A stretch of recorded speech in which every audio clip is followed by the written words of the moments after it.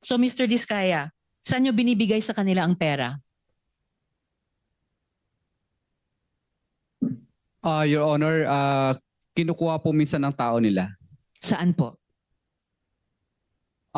Your Honor, sa ano po, minsan nagkikita po kami sa pinupupunta po kami sa sa Shangri-La, or minsan po sila po ang pumupunta sa office.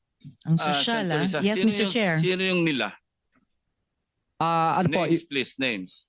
yung mga nabanggit ko lang po dito, yung Okay. tao po nung nandito po Thank you. sa affidavit ko. Thank you, Mr. Chair. At saan nyo nilalagay ang pera pag binibigay nyo sa kanila sa Shang or sa office nyo? Kadalasan po, Your Honor, ano lang po, nasa paper bag lang po. Paper bag? Kasha. Saang bangko kayo nagwi-withdraw ng pera?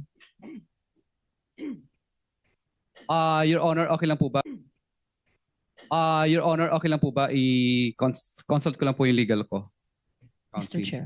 Mr. Chair, if I may, Mr. Chair, with the permission of Senator Risa. Yes, Mr. Chair. Yes, Senator Estrada. Taon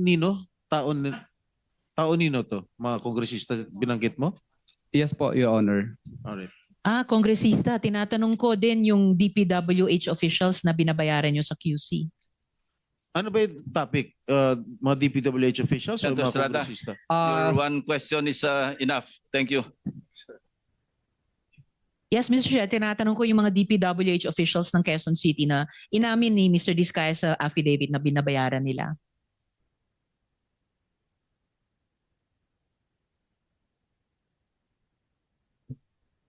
Your Honor, pinupupunta po nila kami sa sa office po nila para dalhin.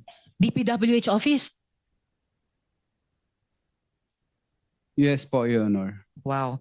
And so second paper na lang. bag. Or My last second, Mr. Okay. Chair. No, Saang bako your time kayo? is up actually. All right, But sir. you can proceed with your last My last question, and one last brief manifestation. Kasi tinanong ko na, saang bangko kayo nag-withdraw ng pera? Your Honor, ano po? Your Honor, okay lang po ba itanungin ko muna yung counsel ko? Tinanong nyo na po kanina. In the eh. meantime, you can Yes, my last pag-reserve na lang manifestation. yung manifestation sa second round. No? In fairness to the others who are waiting. Yes, Mr. Chair, it's for the AMLAC. Hopefully, hindi pa sila aalis before 12 noon. Yun lang po yung one paragraph manifestation ko po. Alright. Salamat, Granted. Mr. Chair. Manifestation lang po, Mr. Chair, or request po sa Chair na isubmit po ng AMLAC sa komite ang kanilang reports na natanggap on suspicious and covered transactions related to contractors and relevant DPWH officials. That's my request, Mr. Chair.